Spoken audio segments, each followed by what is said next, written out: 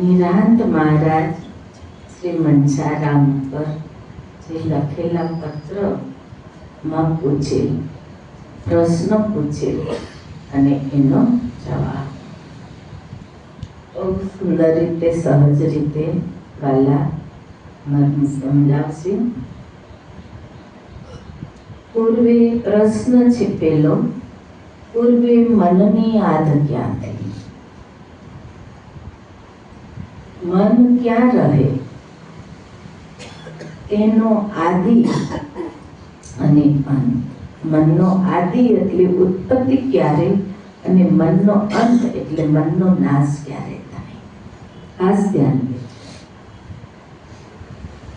અંતનો ઠામ લખજો કે અંતે મન મટી જાય પછી મન શેમાં સમાય, એનું ઠેકાણું શું? આ પ્રશ્ન. મનની ઉત્પત્તિ શું? કે પૂર્વે એટલે તનય નહોતું અને મન હતું તો એ મન ક્યાં હતું? પૂર્વે એટલે પહેલા. આદ ક્યાંથી? પિંડમાં. આ પિંડમાં. પિંડ ખ્યાલ આવે ને? વહાલા પ્રેમી સજ્જનો ખાસ લક્ષ રાખજો. પિંડમાં મન ક્યાં રહે તેનો આદિ અને અંત ઠામ લખજો, એ સંશય મને નિશ્ચિત રહે. કરતા આદિ પુરુષ કહીએ. આદિનારાયણ પુરુષ, મૂળ જેની શાખા મૂળ છે. મૂળ પછી થડ આધાર હોય, પછી શાખાઓ થાય.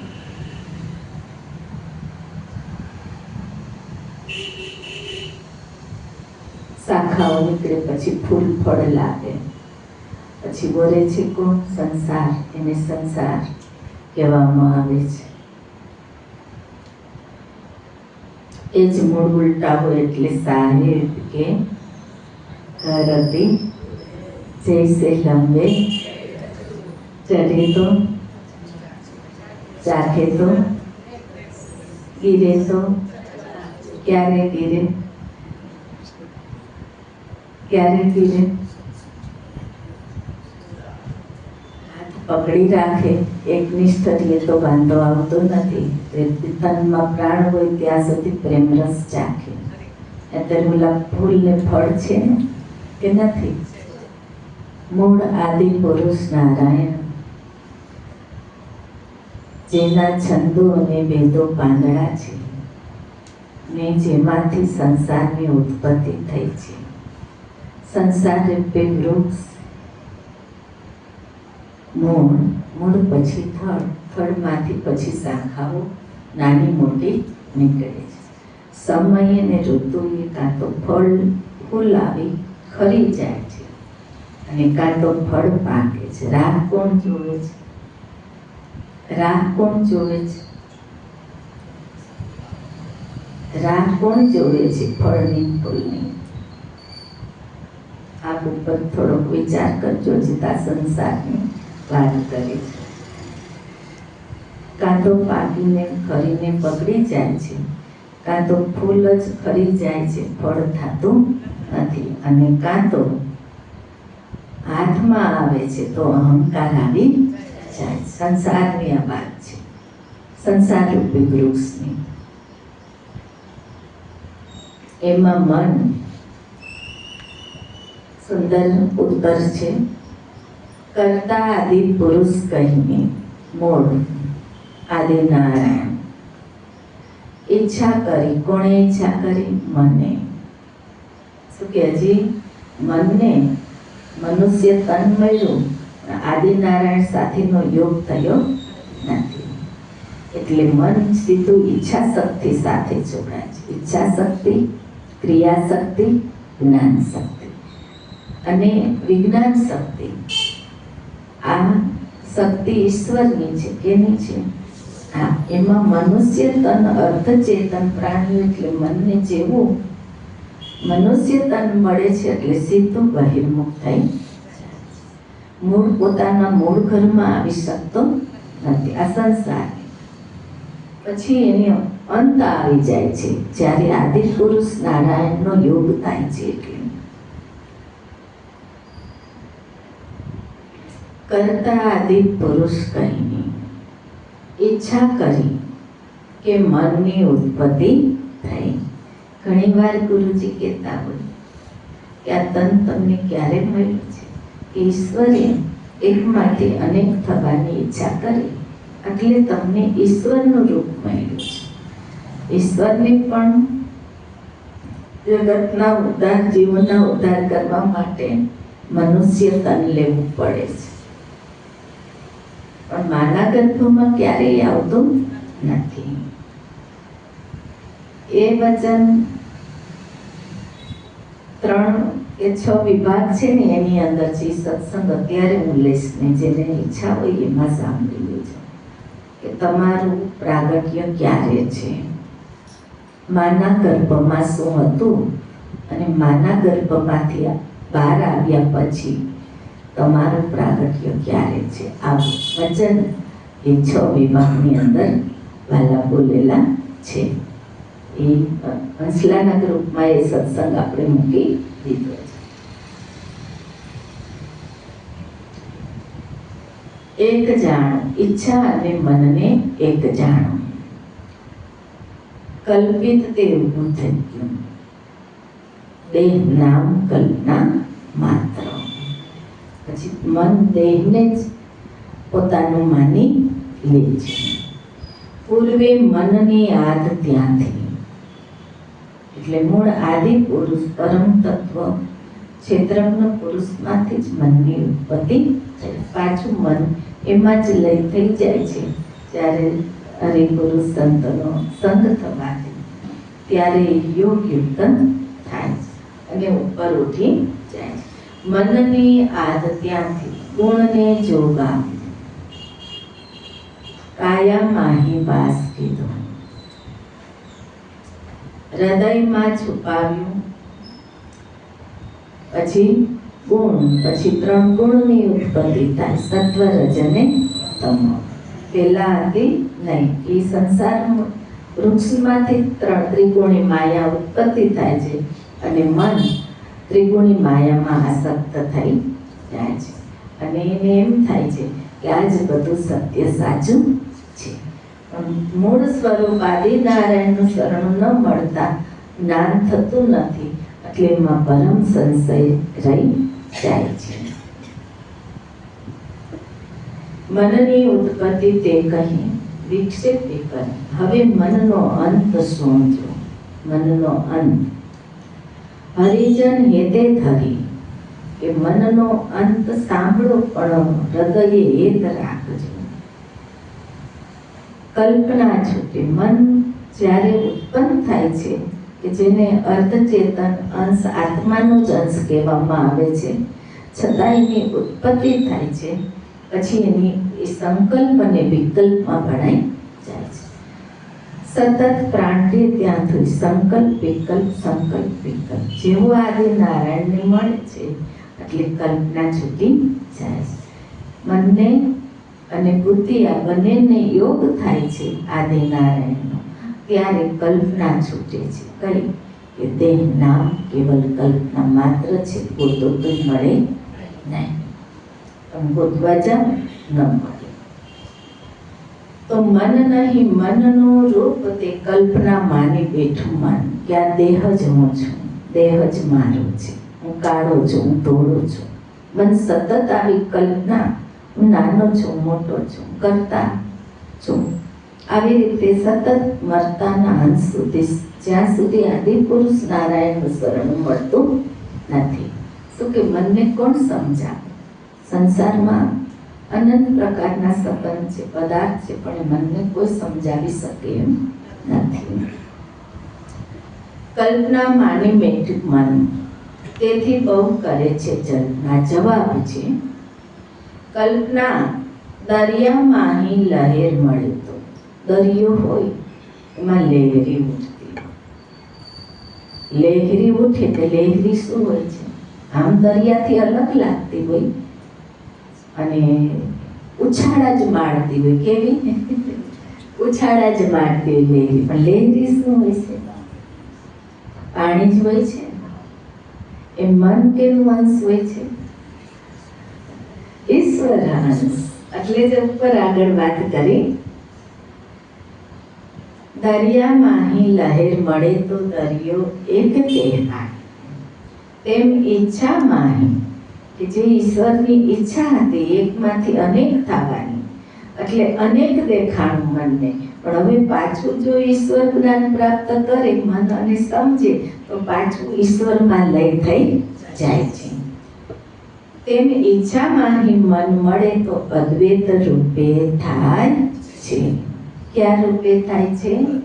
અદ્વૈત રૂપે. કે બ્રહ્મમાં જ્યારે મન ભળી જાય છે ત્યારે એ મનનો અંત આવી જાય છે. જ્યાંથી ઉઠ્યું ત્યાં સમાય જાય છે. પ્રશ્ન હતો અને ભેગો જવાબ પણ છે, પહેલો અને બીજો. હવે બીજો પ્રશ્ન છે, વિસ્તાર લખજો વર્ણવી ચૈતન્ય ઘટમાં કોણ છે?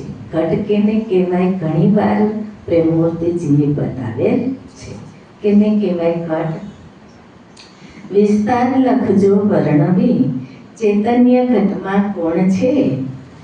નિંદ્રા આવી ક્યાં સમે લખો ને એહી ઠામ અજાણ છે. બતાવો મને લક્ષ આપો મારાથી અજાણ છે. ઘટ કેને કહેવાય? યાદ હોય તો કહેજો. ચાલો પછી ઉત્તરનો જવાબ આપો. ઘટ કેને કે ઘણી વાર ગુરુજીએ બતાવેલ છે. મને સંભળાય ને એમ બોલો. કેને કે આપણે બોલીએ છીએ ને ઘટમાં, મારા ઘટમાં મલમૂત્રમાં નહીં મળે. મલમૂત્રમાં વાલો રહી કરશે. તમારો ભગવાન તમારો સદગુરુ મલમૂત્રમાં રહે નો, એ તો સ્વાભાવિક ક્રિયા છે પ્રકૃતિની. બહુ વિચાર કરી લીધા જેવો છે. ઘટમાં ખોજવા કીધું છે, ઘટ ખોજો પણ ખોજી મળી જાય તો તુરંત હાથ આવી જાય. બાકી ખોજો તો થાકી જાઓ પણ મળશે નહીં. ખોજી મળી જાય તો તુરંત મળી જાય. ઘટની વાત છે. ચૈતન્ય ઘટમાં કોણ છે? ચૈતન્ય ઘરમાં બ્રહ્મ છે. ચૈતન્ય ઘરમાં બ્રહ્મ છે. કાયા કેરી ઓથમાં. કઈ ઓથમાં?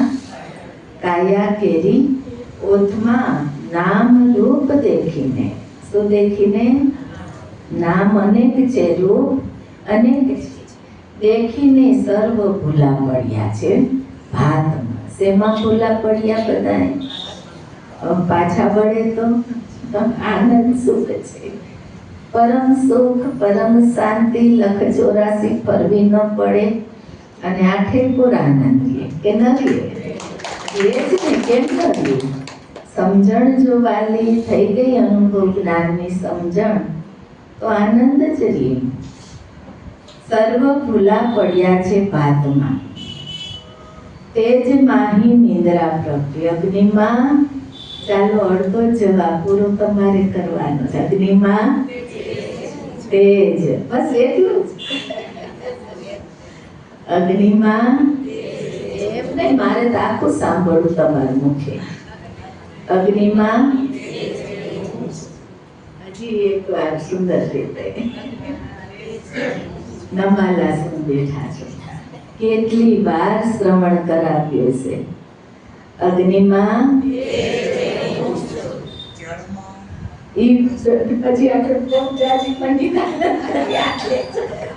અગ્નિમાં તેજ તે ઊંચું. નિદ્રા ક્યાંથી પ્રગટી? તેજમાંથી. અગ્નિમાં તેજ તે ઊંચું. હું કોણ છે? નહીં આમ નહીં આમ, બસ આમ.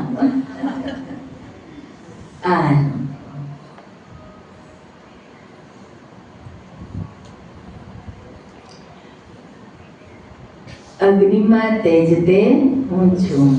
તેજ માહી નિદ્રા પ્રગટી. જવાબ છે. ચૈતન્ય ઘરમાં બ્રહ્મ છે, જે ભગવતમાં છે. શ્રેષ્ઠ તત્વ બ્રહ્મ અર્જુન. આપણા પગ અને પાન, આપણા હાથ અને પગ જે છે, હવે એ મળી જાય ને તેથી બ્રહ્મ સ્થિતિ બાકી ન થાય. એ કાંઈ પથ્થરનો ન બનાવે, તેથી આમ જ હતો, નજી આમ જ છે, નજી આમ જ રહે. તો પથ્થરનો ધીરે દોરેલો પછી બનાવજો. એટલે કીધું બ્રહ્મની સ્થિતિ તે હું. ચિતરેલા કામ આવતા નથી, દોરેલા બનાવેલા કે બનાવટી વસ્તુ કામ આવતી નથી. બ્રહ્મની સ્થિતિ થતી નથી, બ્રહ્મ સમજાતું નથી, નામ ભજાતું નથી. જીવાત્માનો એની સાથે મનનો યોગ થતો વાલો પ્રગટ છે ને ચૈતન્યમાં પ્રભુજી તો છે. એટલે વાત કરી ચૈતન્ય ઘરમાં બ્રહ્મ છે, કાયા કેરી ઓથમાં, નામ રૂપ દેખી સર્વ ભૂલા પડ્યા છે ભાતમાં. નિંદ્રા પ્રગતિ શેમાંથી? તેજમાંથી. અગ્નિમાં તેજ તે હું. પણ તમારા મસ્તકનો સરદાર, મુકુટ, મુકુટ, તમારો મુકુટ. સુંદર વાત. તેજમાં, નિંદ્રા તેજમાંથી પ્રગતિ. ખાસ મને ઊંઘ આવતી નથી, નિંદ્રા વહી ગઈ છે. આવું બધું હાલે ને, ઉંમર થાય એટલે હાલે. એટલે વાલાએ પાછા પોતાના મૂળ સ્વરૂપમાં ભૂલી જાને. આમાં શું કામ બબાલ કરસ, નિદ્રાની ચિંતા કરસ, આવે ન આવે. તેજ તો તારી અંદર જ છે, તું એમાં જ નિદ્રા કરી લે. હમણાં નહોતા પોડી ગયા બધા. કાંઈ દુનિયાનું ભાન હતું, કાંઈ ક્રિયાનું ભાન હતું, બાલ બચ્ચા પત્ની કાંઈ પણ ઘર ધંધો વેપાર કશું ભાન હતું ના. બસ એવા બની જાઓ, એટલો આનંદ લઈ લો. બાદમાં તેજમાંથી નિંદ્રા પ્રગતિ, સુસુપ્તિ ઘરમાં રમે. અવસ્થા બદલાય ત્યારે તેજ તત્વમાં રમે. જાગ્રત, સ્વપ્ન અને સુસુપ્તિ ત્રણેય અવસ્થા બદલાયા કરે છે. સુસુપ્તિ અવસ્થા એટલે અગાઢ પ્રગાઢ ઊંઘ, એટલે તમે લય થઈ ગયા તેજમાં. મન ઇન્દ્રિય બધું જ એમાં લય થઈ ગયું. અને પછી ઉઠી કે છે મને આજ બહુ ક્યારેય ઊંઘ ન આવે, એવી આજ મને ઊંઘ આવી. આવી રીતે ત્રણેય અવસ્થા બદલાયા કરે છે. આ તો જવાબ. ત્રીજો પ્રશ્ન છે, ચૈતન્ય જીવ શીલ મધ્યે બેમાંથી એક નિશ્ચય કરીને ઠામ ઠામ મારા મને ઠેરાવી દો. પણ પેલા નિશ્ચય કરીને પછી મને ઠેરાવી દો. ઠીક લખજો, પિંડમાં ક્યાં રહી ઠરી? પિંડમાં ક્યાં રહી ઠરી? કયો પિંડ? પિંડમાં ચૈતન્ય સગડે રમી રહ્યો. પિંડમાં ચૈતન્ય સગડે રમી રહ્યો. એ જુક્તિ કરી. ક્યારે અનુભવમાં આવ્યું? તો કે ગુરુદેવની જ્ઞાન ગોષ્ઠી જુક્તિ કરી. અજ્ઞાન જોગે જીવ કહ્યો. ક્યાં જોગે? અજ્ઞાન જોગે જીવ કહ્યો, જ્ઞાન જોગે શિવ જાણો. પછી શિવ ધ્યાન કેનું ધરે? બુદ્ધિ પાર્વતી કે ભગવાન તમે ધ્યાન કેનું ધરો છો? બુદ્ધિ પાર્વતી કે ભગવાન તમે ધ્યાન કેનું ધરો છો? કેનું ધરે? ટાઈમ તો ઘણો છે, પણ આળસ તમારી તમને નડે છે. લગભગ બીજા અધ્યાયના મહાત્મામાં જ લખેલું છે. બીજા અધ્યાયનું મહાત્મ્ય છે ને એમાં લખેલું છે. અજ્ઞાન જોગે જીવ કહો, જ્ઞાન જોગે શિવ. એટલે પેલા શિવ મળવા જોઈને. હરિ દ્રષ્ટાંત સુણજો એક. હરિ દ્રષ્ટાંત સુણજો એક. વાયુ વાય છે એક. સદા એક જ વાયુ વાય છે. દુર્ગંધ જોગે, ચાલો દુર્ગંધ જોગે દુર્ગંધ બાળ, સુગંધ જોગે સુગંધ બાળવા જવાબ હતો. સુગંધ સદા એમ જીવાત્મા તો એક જ છે, પણ અજ્ઞાન જોગે જીવ જાણો અને જ્ઞાનનો યોગ થાય તો શિવ જાણો. એ જીવ શિવ કહેવાય છે. કયા યોગે? જ્ઞાનના યોગે. અને એ જ અજ્ઞાન યુગમાં એને જીવ જંતુ જેવો પામર અધમ અલ્પજ્ઞ આવા દ્રષ્ટાંતો આપેલા છે. પાંચમો પ્રશ્ન છે, શૂન્ય વૈકુંઠ ધામ ન હતો કેટલા વાગ્યા છે? આદિ અંત કસા છે? લો એક પૂરો કરી લઈ. 14 પ્રશ્ન છે, એમાં 4 પ્રશ્ન ઉત્તર આપણે લેશું. શૂન્ય વૈકુંઠ ધામ ન હતું, આદિ અંત જ્યોતિ નહીં. શૂન્ય વૈકુંઠ ધામ નહોતું, આદિ અંત જ્યોતિ નહીં. આ પ્રશ્ન છે. નહીં પંચ તત્વ પ્રકાશ ન હતો. 5 તત્વ પ્રકાશ ન હતો. ત્યાર પહેલા શું સહી? એની પહેલા શું હતું? ઉત્તર છે આદિ અંત પહેલા જે હતું. આદિ અંત પહેલા જે હતું તે વાણીમાં આવે નહીં. ખ્યાલ આવ્યો? વાણીમાં આવે નહીં. શું કે ત્યાં તો સ્વયં અનુભવ છે. ત્યાં ગુરુ અને શિષ્ય કેવા માત્ર છે, નામ લેવા માત્ર. અક્ષરાતીત વ્યાપી રહ્યું. શું વ્યાપી રહ્યું? અક્ષરાતીત વ્યાપી રહ્યું. તે સમજથી સુખ થાય ખરું. એને સમજવાથી શું થાય? ખરું સુખ મળે. ત્યારે એને પેલા ખરું સુખ કે પરમ શાંતિ મળતી નથી. હાલો, જે બોલાવો. સમય 8:30 છે.